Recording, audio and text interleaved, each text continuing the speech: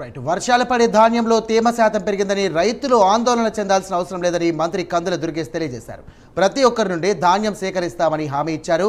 సాధారణంగా తేమ శాతం 17కు మించితే ధాన్యం కొనుగోలు చేయరని అన్నారు.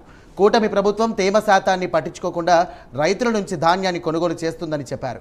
దీనిపై రైస్ మిల్లర్లతో సమావేశం నిర్వహిస్తామని మంత్రి దుర్గేష్ తెలియజేశారు.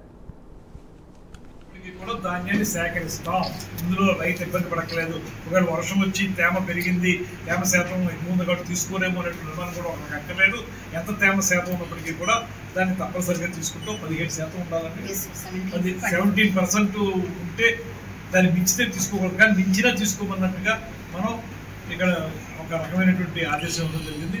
ఆ ఇబ్బంది కూడా రైతులు సార్ గతంలో తొలుగు అవసరం లేకుండా ఉన్నట్టుగా సేకరిస్తున్నప్పుడు మీకు దానికి ఇబ్బంది ఏమొస్తుంది? ఇప్పుడు మనం దాన్ని ఏమి ముక్క అయిపోయింది లేకపోతే ఉంది విరిగిపోతుంది అనుకున్నప్పుడు తొలుగు శాతం ఇవ్వాలండి. అది ఇప్పుడు అలా సెగ్రిగేట్ చేయకుండా ఆ రకమైనటువంటి ఆలోచన చేయకుండా ఎలా తీసుకొచ్చిన దాన్ని అలా తీసుకుంటున్నప్పుడు 126 కానీ 121 కానీ మీరు చెప్పినవి ఏవి కూడా మీరు ఎటువంటి పరిస్థితుల్లో కొనము అనడానికి అవకాశం లేదు. కొని తీరవలసింది అనేటువంటి మాట చెప్తున్నాం. వాళ్ళు కొని తీరవలసింది. దానికి రైస్ మిల్లర్స్తో కూడా మీటింగ్ పెడతాం, పెట్టి వాళ్ళు కూడా జరిగి చెప్తాం. ఇప్పటికీ కూడా దాన్ని